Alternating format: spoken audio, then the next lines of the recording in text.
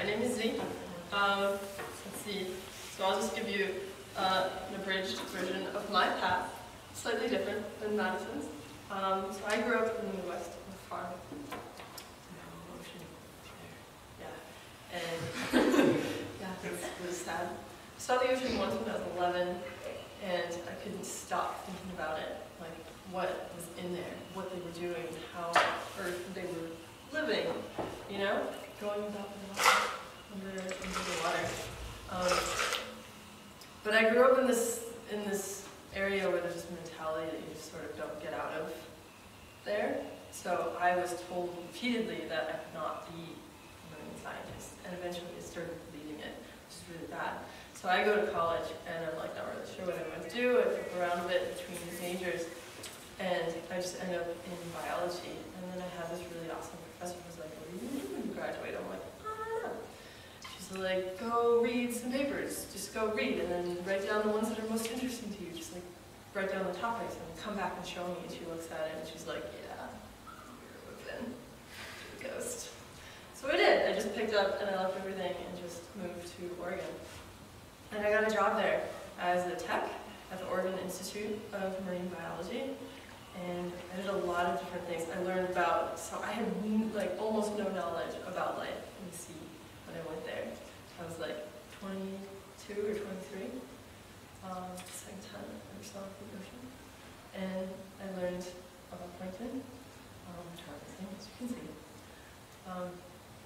But yeah, Alan or my mentor my boss at OIMB had me doing a lot of different things. One of the things that really affected what I'm doing now is he had a project actually here in Monterey Bay. So we drove all the way down here for summer. We were sampling the riptide. And so we would jump in there and wait until you feel that, you know, that pull that you feel when you're in a rip. I had to wait until I felt that, and then drop down a jar and collect some water and let a net go to collect water and plankton. So then we bring that back to the lab and look under a microscope and you see cool things like this, right? And I've never seen this insane. I mean, there's like aliens or something. Yeah. Out of Star Trek, which is also awesome.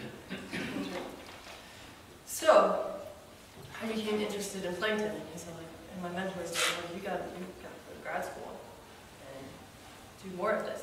So I just got my master's from UC Sanders.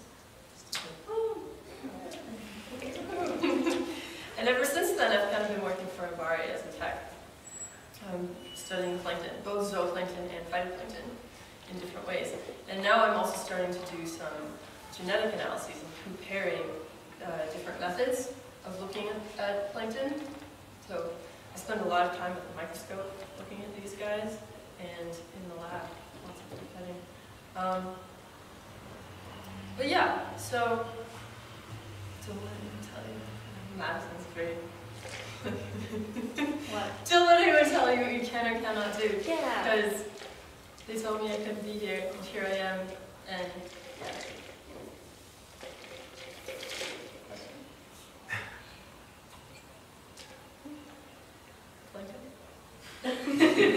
What's that? Which one? That one. Yeah.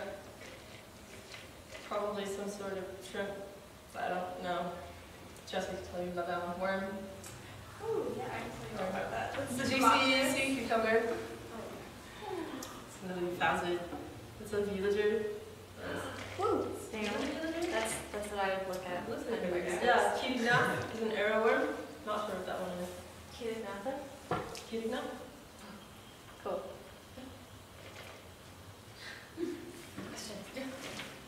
Can you tell us a little bit about how you went from, or how you got the job, your first job as a tech, not like being very familiar with the ocean and then just going straight to there, and then also like how you ended up working at MBARI?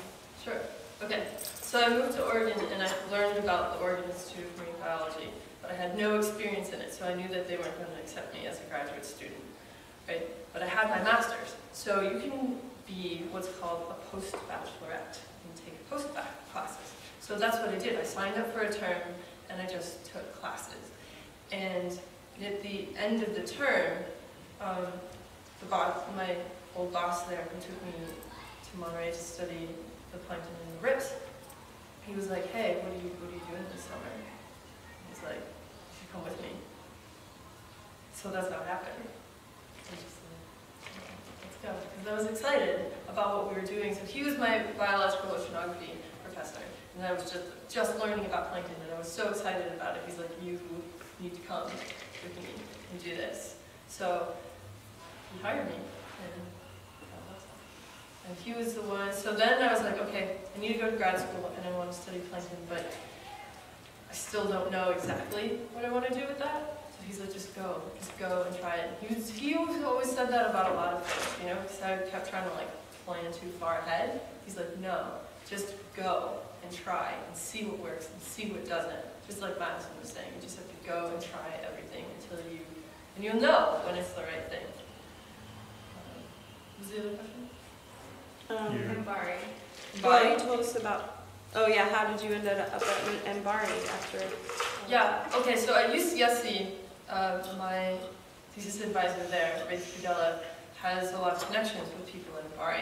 And I've been on several cruises that were joint, UCSC and MBARI and a couple of other institutions.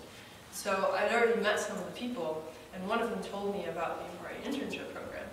So I applied, and I got it last year. So I was an intern last year, and they kept me on as a tech. And now I'm the returning intern. Yeah. One last thing. Yeah. What was your major in school? What did you study at UCSC? I ended up with a degree called integrative biology, which you don't really see. It's usually just biology. But at University of Illinois, where I got my bachelor's, integrative biology, you basically get a little bit of everything. So we did some molecular and cellular, you know, we did some genetics, we did organismal. We got not enough to like I know a little bit about a lot of different things within the field, which is a good starting point. Yeah. Thank you.